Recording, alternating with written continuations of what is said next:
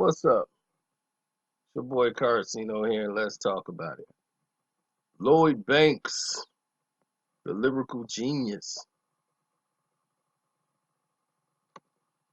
Who remember Lloyd Banks? The one who was the punchline king. Everybody loved Lloyd Banks, man. When G Unit was out, everybody noticed this guy. He just stood out without even trying to make himself stand out.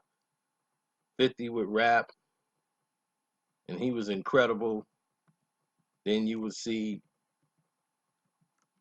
hear this guy rap with all these metaphors. He's like, damn, who is this guy? And it was like, man, Lamborghini Lloyd Banks, man, this dude is everything he's on, he's killing it. So when you start to look at it, you're like, man, this dude here is special. And Fifth had him, and the unit was one of the best things ever. They got signed with Interscope, Aftermath, and Eminem didn't even want a part of G Unit. Said, 50, you worked hard to build G Unit to what it is. It's all yours. Now he could have definitely taken it. So what they did was say, you know what? We're gonna partner with G Unit Interscope. We're distributed. So now we got G Unit Records distributed on Interscope. We got 50 Cent, which we've already poured money into. Everybody came after G Unit once 50 was hot, and they knew it. They wanted to partner with him, but they decided to stay home because ultimately it'd be easier to work with the people you already know.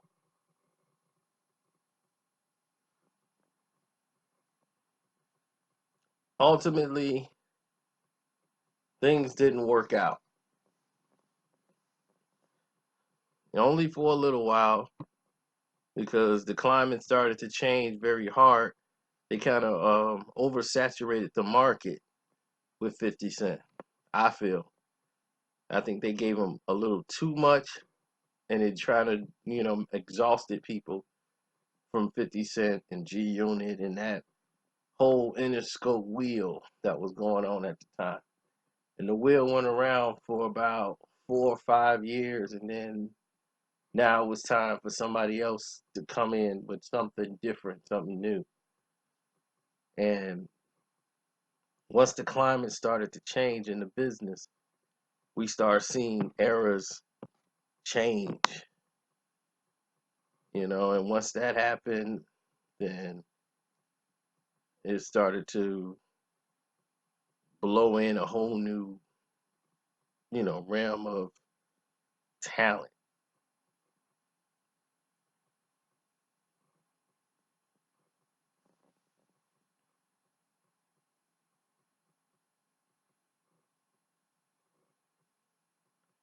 Well, here's the thing. Once it got to a point where Lloyd Banks had his second album, this first album did amazing. They were ready and they put all this money and studio time, everything in the Lloyd Banks second album, which was called The Big Withdrawal. He had about 20 to 30 songs, probably did at that time. And, he was just living life crazy, having menage a trois with women, and got crazy and just left his blank disc that had his songs on it. He just left it. And it had probably, I don't know, probably 15, 16 songs on there. And then it was leaked all over the internet. And at that time, the whole album, it was like, yep, Big Withdrawal. This is it. So all Lloyd Banks songs, like basically people were just packaging the album. It was bootlegged on the streets. Cost the studio millions of dollars already. So now he's got to create new songs. And he already had songs that wasn't on that CD. But he can't even remember what was all on that disc. Like what songs was out, what songs they had. So now the records that they spent all this money on is gone to waste, and they just gave it out to the public for free. So already the studio, everybody's mad at Lloyd Banks. So Banks go ahead, and now the album is gonna be called The Rotten Apple. You can't call it The Big Withdrawal anymore. So he drops The Rotten Apple.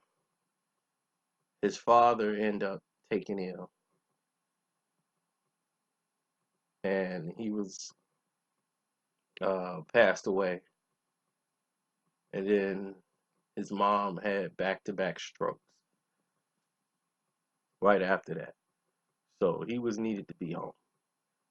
And, people like, look, your album's out there, you got to promote it. He just wasn't hearing it. And next thing you know, the album don't do well. And it's going to lose a lot of money. So the next year or two, they just end up dropping him from his contract. This hurt Lloyd's feelings. It showed him the ugly hand of business. But this is how it works.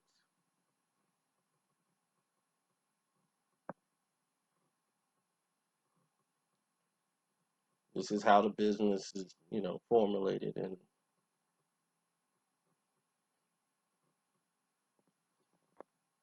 this is how, it progressed. So anyway, needless to say, he had a whole different options on the table. He was free. He still belonged to G Unit Records at the time. Now, during this time, a lot of people were interested in Lloyd Banks. He was a free, once he found out he was free, all these people were still inquiring, like, hey, what's going on with Lloyd Banks? What's going on with Lloyd Banks? Like, he's a credible artist. And at this time, Def Jam was going through a whole new change. They got Shakira Stewart had came in, and I think he had just passed away. And anyway, L.A. Reid was running things over there, and he was trying to get people to trust back in the Def Jam. So to get a credible artist for Lloyd Banks, and he felt he could probably get him for a lot lower price than a lot of the other people out there. They were getting ready. They wanted to make a pitch to try to bring him in, even though G Unit was still under Interscope at the time.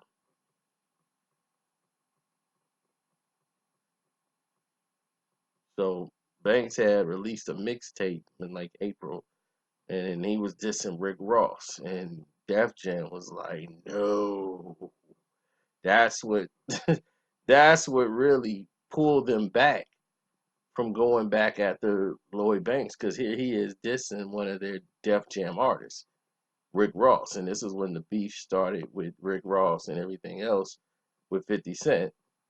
And this hurt Lloyd Banks more than anything, because they were offering a multi-million dollar contract, a 3-year deal, to bring Lloyd Banks to Def Jam. They wanted to sign him. And when this happened, even though he was signed with G Unit Record, they would still want to make a deal to get Lloyd Banks as an individual artist, which would incorporate bringing some 50 Cent records over to Def Jam and everything else. That's what L.A. Reid was thinking. Now that this process had went this way, now you were damaging their product. They're like, oh, geez, here we go. Here we go in a direction that we weren't trying to go into. So they backed out. And once they saw this going on with this project, and 50 is doing out there in Interscope in 2010, tried to double back once they found out Def Jam and other people were interested, L.A. Reid into signing Lloyd Banks. So they were like, well, maybe this guy got a buzz we don't know about, because he's doing records with younger talent. He's working with the Kanye's, the Fabulous.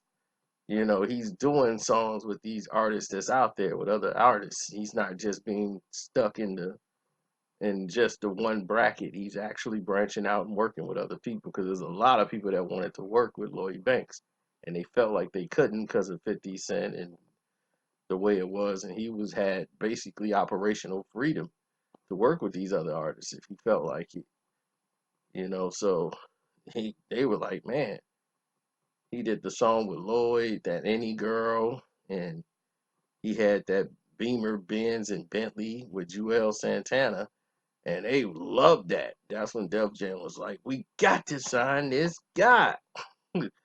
And we gotta get him. He's hot. And then right now, Interscope was in the deal, and Lloyd Banks turned him down because he's like, nah, y'all drop me. Y'all didn't show loyalty to me. And just because they didn't show loyalty, he didn't re-sign back with them. And they thought he was gonna sign back. They thought they had the best chance of signing him back.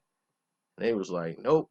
But I'm gonna put out my third album under G Unit Records. He stayed loyal to 50. He stayed with him. And 50 wouldn't let him go. Because at this point, 2010, was that song dropped with Joel Santana, and they did that song, Cash Money wanted to sign Lloyd Banks. Birdman was going to sign Lloyd Banks and bring him on over to the Cash Money family. And they were serious about it. And Fifth wouldn't go because he basically needed to have the G Unit there, and this helped their brand by them getting the success of Beamer, Benz, and Bentley. That helped strengthen the whole G Unit records. Like, oh, okay, they still, got some pull and they're willing to work with other people now instead of just doing their own thing. So what happened is they released a couple of songs out, like I Don't Deserve You with Jeremiah, and then they did The Hunger for More too. And they came to find out is Interscope ended up dropping the whole label. They end up letting go the G Unit label altogether. So they didn't even distribute G Unit no more. They were really upset that Lloyd Banks didn't sign back with him. So they end up getting rid of the G Unit label and everything. So they got a deal with EMI. Now EMI came through the table ready to sign with them because they got Def Jam.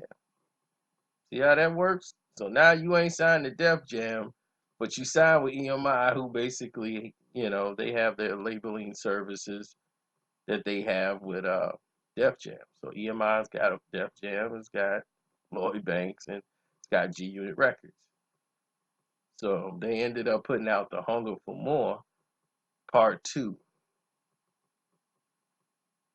And EMI, they were excited because they saw Lloyd Banks as hot at the time. And just having Banks on their label to put out, and help with some of the artists and give them some stature because Lloyd Banks was already established. You didn't have to spend a lot of money developing anything because you already knew who he was. Lloyd Banks was somebody you knew. So when this was done, and after The Hunger for More too, it just didn't take off and do what a lot of people thought, even though it was a great album. It was pretty good, and a lot of people were burnt out from Beamer, Benz, and Bentley. But Any Girl, which I thought was the best song he had on there, that was good. Like that was a really good song. It's just that the climate had changed and people were moving in a different direction. And Birdman and them felt like it was way too many people producing and working on this album, that the album didn't know what it wanted to be. And had Cash Money been involved in it, they would have turned this thing into something. So anyway, that's it. So hopefully you appreciated the story. If you like it, like I said, you guys support the channel. We give you a lot of things you probably didn't know.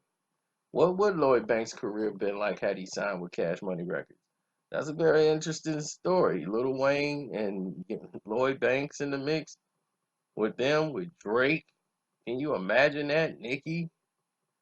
That could have been crucial. That would have been very huge for his career. But Fifth wasn't going to let him go, and he stayed loyal to Fifth. He wasn't going nowhere. and he stayed loyal. So he sacrificed millions to stay loyal to 50. So anyway, like I said, you want to hear more stories and things like this, make some suggestions, click the link in the description box and donate to the page. It's your boy Carcino. I'm out. Oh yeah, and if you got Cash App, you can hit me up on the Cash App too. Lil T, thank you for your donation, bruh man. I saw you, Memphis. All you guys, appreciate it. My man Kiss and Shy Guy 251. He's like, I enjoy you most of the time. Well, I appreciate you enjoying me most of the time. Better than none of the time. And my name is Carcino on the Cash App in case you guys really needed to know that. Deuces.